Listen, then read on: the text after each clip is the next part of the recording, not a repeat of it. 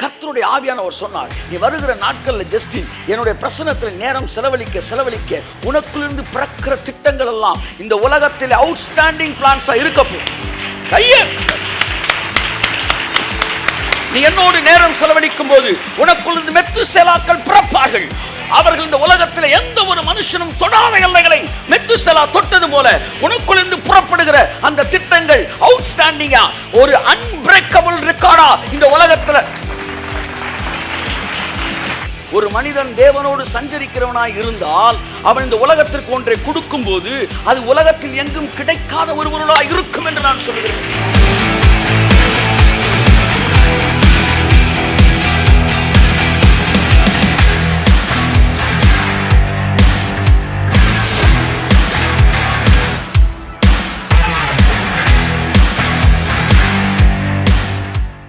இயேசு சொன்னார், உங்களுக்கு தீமை செஞ்சா கூட உங்களுக்கு நன்மை நீ செய்யணும். ஏனென்றால் பரலோகத்தில் இருக்கிற உங்கள் பரமபிதா பூரண சற்குணராய் இருக்கிறார். அவர் நல்லோர் மீதும் தீயோர் மீதும் மழையை கொடுக்கிறார்.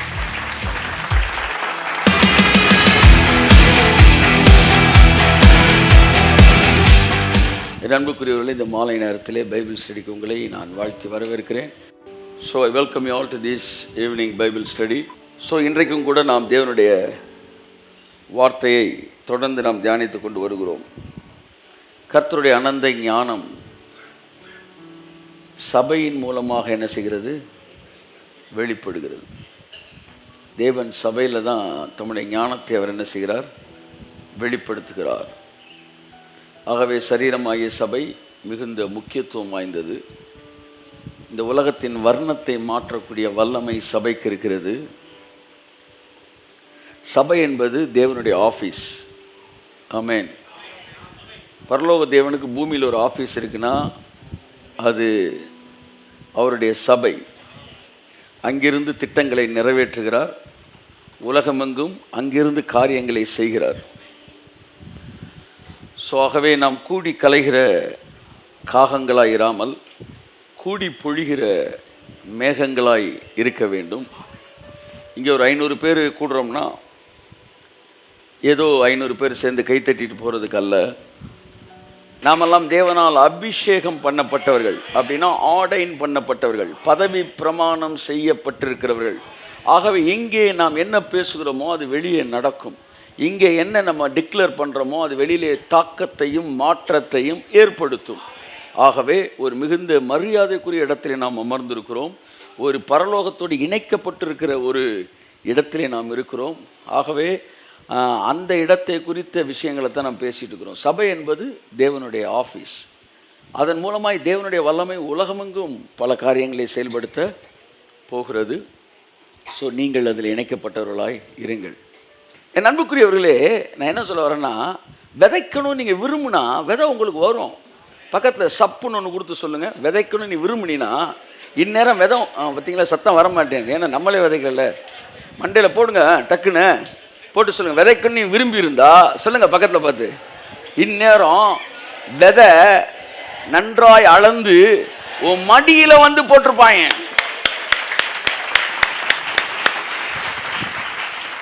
விதைக்கிறவனெல்லாம் பணக்காரனும் அல்ல, விதைக்க முடியாதவனெல்லாம் ஏழையும் அல்ல. நான் ஒரு பணக்காரன் இல்லை, ஆனால் நான் நல்லா விதைக்கிறேன். இன்னும் நிறையா விதைக்கணும். ஆனால் ஏன் நான் நல்லா விதைக்கிறேன்? நான் பணக்காரனா இல்லை, நான் விதைக்கணும்னு விரும்பினேன்.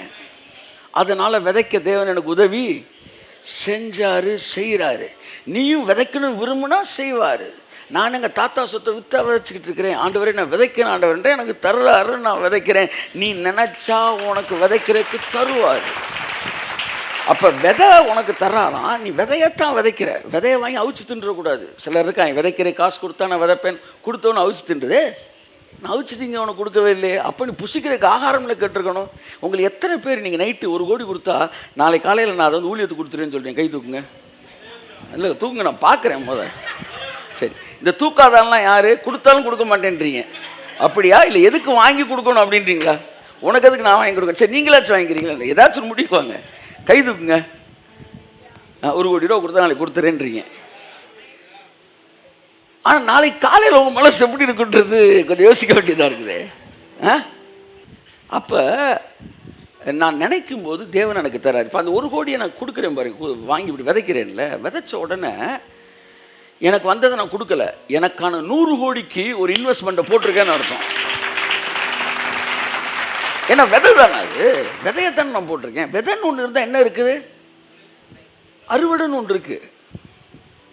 விதைப்பு என்று ஒன்று இருந்தால் அறுவடை என்று ஒன்று இருக்கிறது. ஏனென்றால் விதைப்பும் மறுப்பும் பூமியுள்ள நாளளவும் மாறாது. கர்த்தர் சொன்னார், பிதாவாகிய தேவன் தன் சொந்த குமாரனை விதைத்தார். ஒரே ஒரு இயேசுவை விதைத்தார், கோடிக்கணக்கான இயேசுவை அறுத்தார். அவருடைய சாயலா எவ்வளவு பேர் அறுத்தோம். விதைப்பும் மறுப்பும் பரலோகத்தில் வேலை செய்கிறது. கொடுப்பது என்பது வெறும் ஃபார்முலா அல்ல, கொடுப்பது என்பது ஒரு பர்சனாலிட்டி, ஒரு கேரக்டர். நீங்கள் விதைப்பருப்பு பூமிக்கு இருக்கிறது, நாம் பூமிக்குரியவர்கள் அல்ல அப்படின்னு வசனத்தை வச்சு நீ விதைப்பருப்புலேருந்து எஸ்கேப் ஆகி ஜகா வாங்குறதுக்காக நீ 1000 புது கவனம், புதிய உடன்படிக்கை, பழைய உடன்படிக்கைன்னு போட்டு 1000 குழப்பினாலும் ஓடி போயிரு. நான் இப்போ வேற ஒரு மேட்டருக்கு வரேன். கொடுப்பது என்பது பர்சனாலிட்டி. கையை தட்டு. ஏனென்றால் பிதா குமாரனை கொடுத்தார், குமாரன் ரத்தத்தை கொடுத்தார், குமாரன் ஆவியை கொடுத்தார், சீஷர்கள் உயிரை கொடுத்தார்கள். அத்தனை பேரும் கொடுக்கிற தகப்பனுடைய வித்திலே பிறந்தபடியினால் கொடுப்பது என்பது ஒரு பர்சனாலிட்டி. ஆகவே சின்ன வயசுல இருந்து நீங்க கொடுக்கிற விஷயத்தோடு இணைக்கப்பட்டிருங்க. அது பிதாவாகிய தேவனுடைய குணம், தேவனுடைய சாயல். இயேசு சொன்னார், உங்களுக்கு தீமை செஞ்சா கூட அவனுக்கு நன்மை நீ செய்யணும். ஏனென்றால் பரலோகத்தில் இருக்கிற உங்கள் பரமபிதா பூரண சற்குணராயிருக்கிறார். அவர் நல்லோர் மீதும் தீயோர் மீதும் மழையை கொடுக்கிறார். பிதாவோட கேரக்டர் என்னது? கொடுக்கிறது. அப்போ உங்கள் பிதா எப்படி பூரண சற்குணராய் இருக்கிறாரோ நீங்களும் அப்படி பூரண சற்குணராய் இருக்க வேண்டும் என்று தேவன் விரும்புகிறார். அதனால் இது ஒரு பர்சனாலிட்டி. ஆகவே இந்த கேரக்டரில் நான் வளர வேண்டும். என்ன சொல்ல வரேன்னா, இன்னும் ஆரம்பிக்கலை, இப்போவே ரெடி ஆயிருங்கன்றேன். ஆண்டவரே, நான் குறைஞ்சபட்சம் இவ்வளவாச்சும் நான் கனெக்ட் ஆகணும். நீங்கள் எனக்கு விதைக்கிறவனுக்கு விதையை தர்ற தேவன், எனக்கு நீங்கள் கொடுங்க. கொஞ்சம் ஆப்ரேட் பண்ணி பாருங்களேன். கொடுக்கணும் நீங்கள் நினைங்களேன். விதைக்கிறதுக்கு தேவன் விதையை கொடுப்பாராம், புசிக்கிறதுக்கு ஆகாரத்தை கொடுப்பாராம். சொல்லுங்கள், கர்த்தர் 2 தராரு. என்ன தராரு? 1 புசிக்கிறதுக்கு ஆகாரம், இன்னொன்று விதைக்கிறதுக்கு விதை. அப்போ எனக்கு கிடைக்கிற எல்லாத்துலேயுமே 2 இருக்கு. எல்லாம் சொல்லுங்க, எத்தனை இருக்கு? அதுக்குள்ளே என்னென்ன இருக்கு?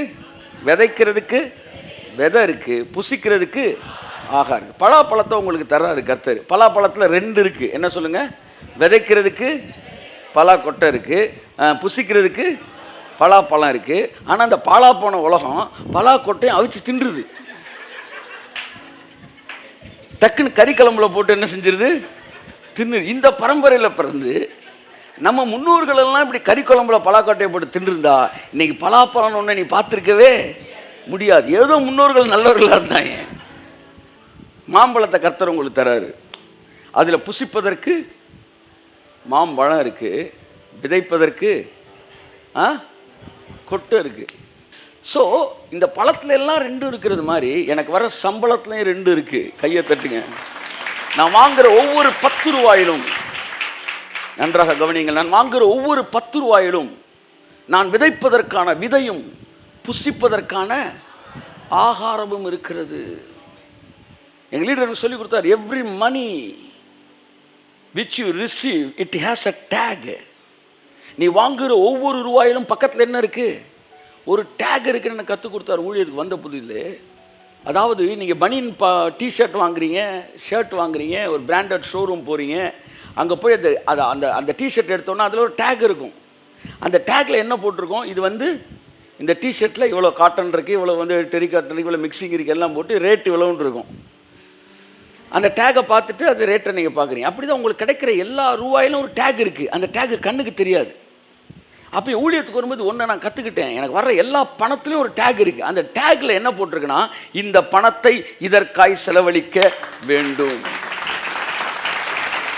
அப்போ ரூபாய் வாங்கினவுடனே நான் என்ன வேணாலும் செய்யலாம்னு யோசிக்க மாட்டேன். இந்த ரூபா எதற்காக செலவழிக்க போகணும் இந்த டேக்கில் எழுதப்பட்டிருக்கிறபடினால் அந்த பணம் அதற்காக மட்டும்தான் செலவழிக்க வேண்டும் என்கிற ஒரு அடிப்படை ஒழுக்கத்தை கற்றுக்கொண்டபடினால் இன்று வரைக்கும் எது தேவன் கட்டப்படும் நினைக்கிறாரோ அது கட்டப்படுகிறது, எதை ரெண்டாவது வச்சுக்கலாம்னு நினைக்கிறாரோ அது ரெண்டாவது இருக்குது. உங்கள் ஒவ்வொரு பணத்திலும் அவ்விதமாகவே என்ன செய்கிறது இருக்கிறது. ஸோ இதான் மணி மேனேஜ்மெண்ட். மணி மேனேஜ்மெண்ட் தெரிஞ்சிருச்சுன்னா உங்களுடைய பணங்கள் ஒன்றும் விரயமாவதில்லை, அவைகள் எல்லாம் 100 மடங்காக என்ன செய்கிறது திரும்புகிறது. நான் ஒரு செக்குலர் ஜாபில் இருந்தப்போ பல வருடங்கள் வேலை பார்த்தேன். 94-95 20,000 ருபீஸ்லாம் நான் வாங்கியிருக்கேன். அந்த சேலரிக்கு வேலை பார்த்துருக்கிறேன். ஆனால் ஒரு குறிப்பிட்ட காலம் வேலை பார்த்த பிறகு நான் திரும்பி நின்ற போது, வேலையை விட்டு நின்னப்போ என் கையில் ஒன்றுமே இல்லை. நான் ஊழியத்துக்கு போகணும்னு இழுத்தப்போ என்னை கட்டாயப்படுத்தி வேலைக்கு அனுப்பிச்சினாங்க. நல்ல சேலரி நல்லா இருந்துச்சு. ஆனால் வேலையை விட்டு நான் நின்று திரும்பி பார்த்தப்போ ஒரு 4 வருஷமோ 5 வருஷமோ கழித்து பார்த்தப்போ என் கையில் ஒன்றுமே இல்லை. நான் செஞ்ச வேலைக்கான பணத்தை நான் வாங்கி நான் செஞ்ச வேலைக்கான கூலி கொடுக்கப்பட்டு முடிந்தது. ஆனால் கர்த்தர் சொன்னார், நான் வீட்டில் சொன்னேன், இதே இது நான் ஏசுனாருக்கு வேலை பார்த்துருந்தேன்னா இந்த 5 வருஷம் பார்த்ததுக்கான கூலியை அந்த 5 வருஷத்துக்கு மட்டும் கொடுக்க மாட்டார், அடுத்த 50 வருஷத்துக்கு அவர் எனக்கு தருவார். such a worthful investment doing ministry in God's field. இன்றைக்கி நான் உலகத்துக்கு வேலை பார்த்தனால வெறுங்க நிற்கிறேன், ஆனால் கர்த்தருக்கு வேலை பார்த்துருந்தேன். அதுக்கப்புறம் நான் பயங்கர சண்டை போட்டு தான் வீட்டில் நான் மினிஸ்ட்ரிக்கு வந்தேன். ஆனால் வந்தது பிறகு நான் பார்க்குறேன், நான் போன வருஷமும் 10 வருஷத்துக்கு முன்னாடி பார்த்த வேலைக்கு இன்றைக்கு வரைக்கும் நான் ஆசீர்வதிக்கப்படுறேன். அதுதான் தேவன். He's a good master. ஆமாம், நல்ல எஜமானன். கையை தட்டுங்க ஒருத்தவருக்கு. ஆமென். கிறிஸ்துவுக்காய் இழந்தவன் எவனும் தரித்திரன் ஆனதில்லை, ராஜ்ய மேன்மைக்காய் கஷ்டப்பட்டோர் நஷ்டப்பட்டதில்லை. ஆகவே உங்கள் வீடு, உங்கள் குடும்பம், உங்கள் சம்பாத்தியம் அனைத்தும் ராஜ்யத்தோடு இணைக்கப்பட்டதாய் இருப்பதாக. ஆமென். அத்தகைய முடிவை இன்னைக்கு எடுங்க. ஆண்டவரே, என் ஊழியம், சம்பாத்தியம், பணம் தேவனுடைய ராஜ்யத்தோடு இணைக்கப்பட்டு இருக்கட்டும். ஆமென். இது ஒரு நல்ல குணம், இது ஒரு நல்ல ஒரு புத்திசாலித்தனமான ஒரு விஷயம். It is a divine wisdom. உங்கள் வாழ்க்கையில் இங்கே எடுக்கிற பொன்னான முடிவுகளில் ஒன்று தேவனுடைய ராஜ்யத்துடைய பணம் இணைக்கப்பட்டிருக்க வேண்டும் என்பது. எந்த ஒரு ஊழியம் உலகத்திற்கும் நமக்கும் ஆசீர்வாதமாக இருக்கிறோ அவைகளோடு இணைக்கப்பட்ட கரங்களுடையவர்களாக இருப்பது, அங்கே விதைக்கும்படி தீர்மானம் எடுத்து விதைப்பது. ஆகவே தொடர்ந்து நீங்கள் அவ்விதமாக இருக்க வேண்டும் என்கிற ஒரு பெரிய ஒரு நல்ல விஷயத்தை உங்களுக்கு சொல்லிக் கொடுத்தவனாய் நான் தேவனுடைய வார்த்தைகள் கடந்து வர விரும்புகிறேன். நாம் தொடர்ந்து தேவனோடு இருக்கிற உறவை பற்றி, அதாவது ஜபத்தை பற்றி நாம் பேசுகிறோம். ஜபம் என்கிற வார்த்தையை விட தேவனோடு கூட இருக்கிற உறவை பற்றி நாம் பேசிக்கொண்டிருக்கிறோம். ஒரு மனிதன் தேவனோடு கூட உறவில் இருக்கும்போது அவனால் மாறாமல் இருக்கவே முடியாது. ஜபத்தை பற்றி பலவிதமான விஷயங்கள் பார்த்துக்கிட்டு வரோம். யாக்கோபின் தேவன் என்று பார்த்தோம், பாவிகளின் ஜபம் என்று பார்த்தோம், நீதிமான்கள் ஜபம் என்று பார்த்தோம். அடுத்து போன ஜபம் என்கிற புகையை பற்றி பார்த்தோம். பல விஷயங்களை பார்த்தோம். ஜபம் என்பது ஒரு புகை. ஆமேன்னு சொல்லுங்கள். ஆமேன். இந்த இடத்துல நீங்கள் ஜபிக்க ஆரம்பிச்சிங்கன்னா என்ன நடக்கும்னா, புகை போட்டால் அந்த இடத்தையே அது மாற்றும். அது மாதிரி நம்ம ஜெபம் பண்ண ஆரம்பிக்கும்போது அப்படியே அந்த அட்மாஸ்பியர் அப்படியே மாறும், வான மண்டலம் மாறும். வீட்டில் ஒரு ஆள் ஜெபிச்சா 10 பேருடைய எண்ணங்கள் மாறும்.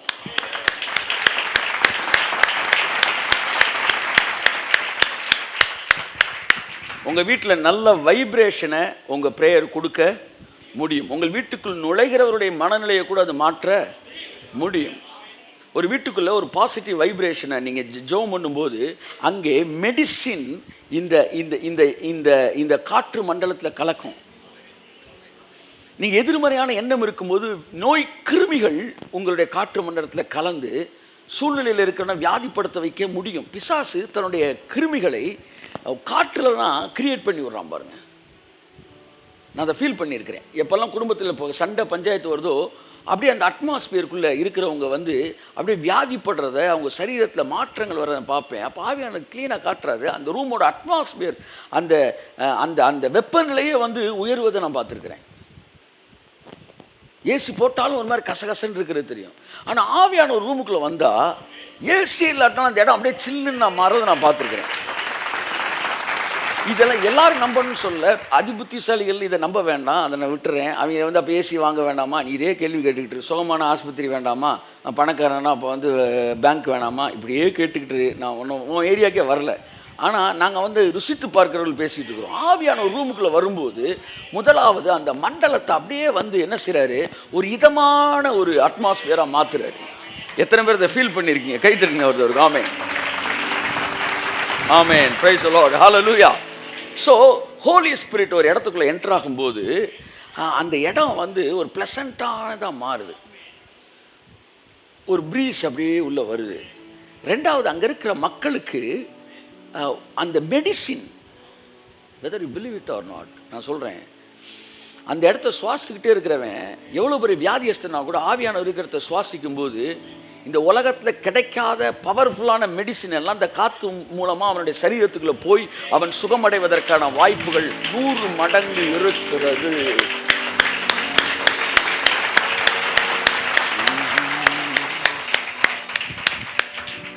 Oh, hallelujah, praise the Lord.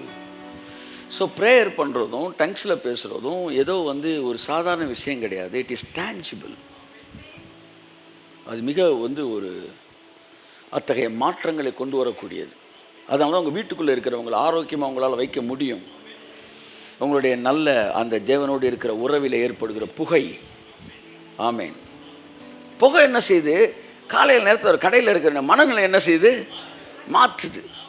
புகை மனநிலையை மாற்றுனா ஜெபமாகிய புகையும் மனநிலையை மாற்றும், உற்சாகத்தை ஏற்படுத்தும். அதுதான் நம்ம பார்த்தோம். புகை, இந்த புகை பிடிப்பது நல்லது. இந்த வாரம் ஒரே விஷயத்தை நான் யோசித்தேன். கர்த்தர் சொன்னார், ஏனோக்கு தேவனோடு சஞ்சரித்தான். ஏனோக்கை பற்றி நீ பேசணும். அப்போ ஏனோக்கை பற்றி பேசிட்டோம் ஏற்கனவே. அவரோடு சஞ்சரித்து ஏனோக்கு காணப்படாமல் போனான், டிஸப்பியர் ஆயிட்டான். ஏனோக்கு அங்க இல்லை. ஒரு மனிதன் தொடர்ந்து தேவனோடு பேசிக்கொண்டே இருப்பானால், நான் சொல்ற ஜெபம் கான்வர்சேஷன், எல்லாம் சொல்லுங்க, பெட்டிஷனை போட்டு சிலர் இருக்கிறாங்க, அன்பின் பரலோக பிதாவே அப்படின்னு தொடங்கினாங்கன்னா வண்டி நேரம் எங்கே தான் நிற்கும், நான் ஸ்டாப். இடையில தம்பினா கூட கடிச்சிருவாங்க என் கையை. பிதாவாகிய தேவன் கையை கூட நீட்ட முடியாது. உள்ள நீட்டினா என்ன செஞ்சிருவாங்க, கடிச்சிருவான். ஏன்னா ரொம்ப மும்முரமாக ஜெபம் பண்ணிட்டு இருக்கிறேன். கடன்னு ஜெபிச்சு இயேசு நாமத்தில் ஆமேன். இதுக்கு இடையில எந்த கேப்பும் கிடையாது. பிதா பேசுறதுக்கு நேரமே இல்லை. சரி, ஆமேனுக்கு அப்புறமா உட்காரானான்னு பார்த்தா டக்குன்னு வந்துச்சு, டீயா போடுறே அப்படின்னு கிளம்புறாங்க. அப்போ இதை வந்து ஜெபம் கிடையாது. இது பேர் கவுண்டருக்குள்ளே கையை விட்டு டிக்கெட் எடுக்கிறது, தேவையானதை சொல்லி வாங்கிக்கிறது. நான் அதாவது ஜெபத்தை பேசலை, நான் சொல்கிறது conversation. Prayer is not a monologue, it is a dialogue. மோசே தேவனோடு பேசினான். ஒருவன் தன் சிநேகிதனோடு பேசுவது போல. இது கை தட்டிடுங்க, மீதி வசனம் தான் சொல்லுவேன்.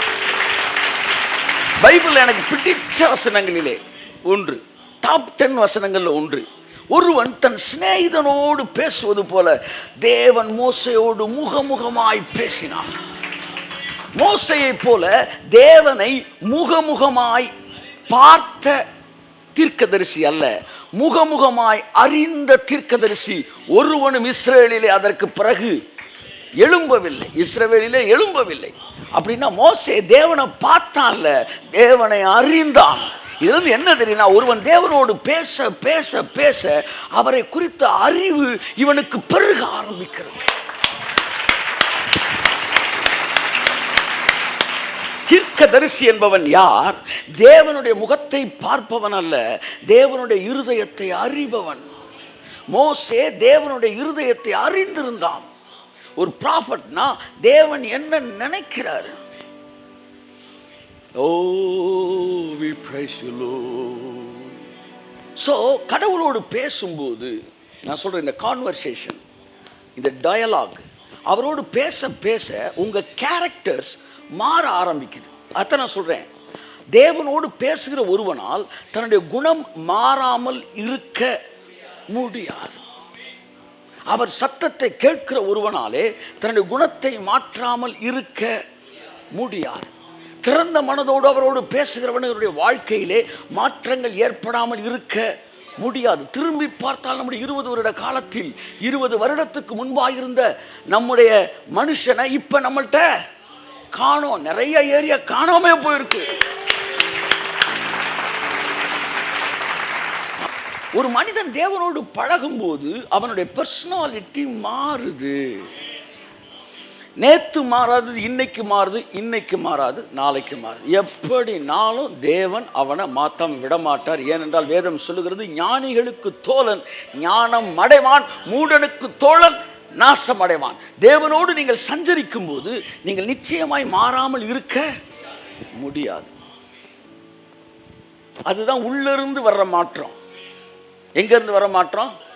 உள்ளிருந்து வர்றது. ஒரு பையன் பால் குடிக்கும்போது தாவீது சொல்றான், பால் மறந்த குழந்தையை போல என் ஆத்துமாவை அடக்கி அமர பண்ணினேன்றான். பாலை மறக்க வைக்கிறதுக்கு அந்த குழந்தைய போட்டு அடி அடி அடின்னு அடிச்சிங்கன்னா, பால் குடிக்க கூட அடிச்சிங்கன்னா, அவளை அடியை வாங்கி அழுதுட்டு திரும்ப எங்கே தான் வரும்? பால் குடிக்க தான் வரும். இதுதான் வெளியிலேருந்து உள்ளே போகிறது. அதில் மாற்றம் வரவே வராது. என் அன்புக்குரியவர்களே, அவனை வந்து இத்தகைய மாற்றத்தை ஏற்படுத்தினா அவனால் பாலை விட முடியாது. இப்போ என்ன செய்கிறான்? டக்குன்னு ஒரு சில என்னது அது என்ன சொல்கிறாங்க, மெத்தடை கையாளுறாங்க. கையாண்டு வேப்பெண்ணெய் விளக்கெண்ணெய் அப்படின்றதெல்லாம் ஒரு மாதிரி தடவி அவனை, அதுக்கப்புறம் அவன் என்னது வழக்கமாக நல்லா தானே இருந்துச்சு, இன்னைக்கு என்ன ஆச்சு அப்படின்னு ஒரு முடிவுக்கு வரான். திரும்ப கொஞ்சம் விவரமானவே கையில் தொடச்சி விட்டு திரும்ப நம்ம பயிலுக மாதிரி அழுக குடிக்க பார்க்குறான். ஏய், ஆனால் தொடர்ந்து வந்த உடனே அவன் ஒரு முடிவுக்கு வரான், சே இது நமக்கு வேண்டாம். இந்த முடிவை இப்போ உள்ளேருந்து எடுக்கிறான். எடுத்ததுக்கப்புறம் அடுத்த நாள் பாலை குறித்த எண்ணங்கள் அவனுக்கு என்ன செய்யுது? மறக்குது. அப்போ நான் யோசித்தேன், தேவன் எவ்வளோ நல்லவர். இந்த உலகத்தை பார்க்காதன்னு அடித்து நிப்பாட்டாமல் அந்த உலகத்து மேலே ஒரு கசப்பை கொடுத்து, சே இனிமேல் வேணாண்டா அப்படின்னு ஒரு முடிவை நமக்குள்ளே எடுக்க வைக்கிறார். அப்படித்தான் தேவன் செய்வார். அப்போ இது மனதிலிருந்து நீங்கள் ஒரு முடிவு எடுக்கணும். அடித்து அதட்டி அந்த முடிவை நீங்கள் என்ன செய்ய முடியாது?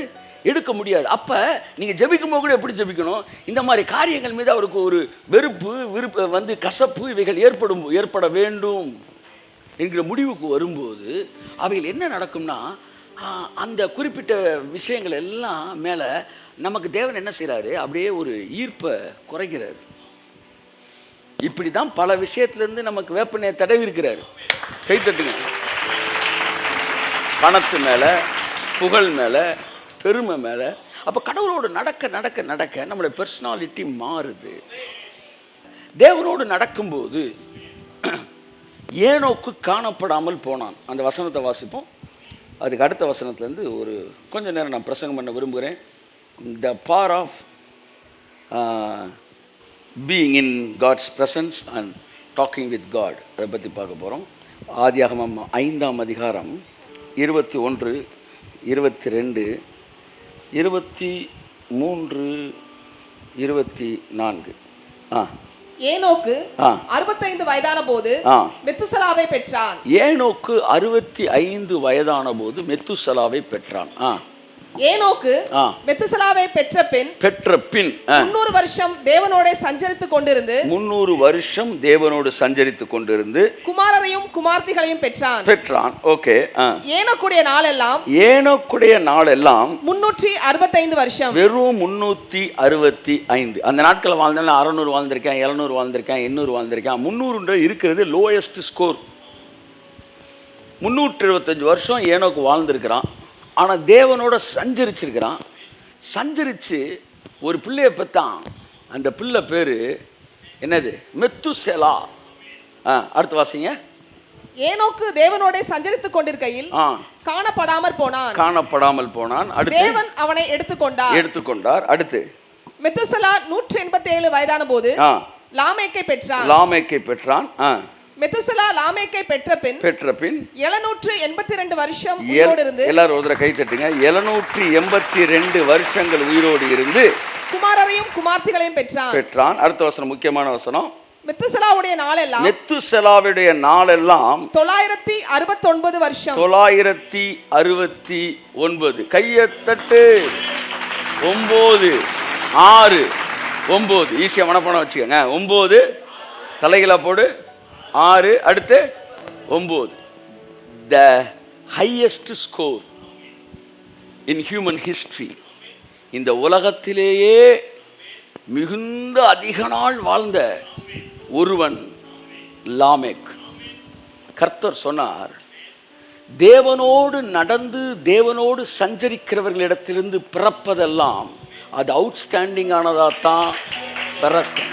கையை தட்டுங்க ஒரு அவருக்கு. The man who is talking with God and spending all his time in being in the presence of God, whatever he gives birth to will be an outstanding one. கடவுளோடு சஞ்சரிக்கிறவர்கள் அவர்கள் வாழ்க்கையிலிருந்து பிறப்பிப்பதெல்லாம் யாரோ சிலரை பார்த்த காப்பியா இருக்காது. அது இந்த உலகத்தில் எங்குமே இல்லாத புதுமையானதா இருக்கும். அதுதான் தேவனோடு பேசுகிறவர்கள் பெற்றெடுக்கிற மாபெரும் ஆசீர்வாதம்.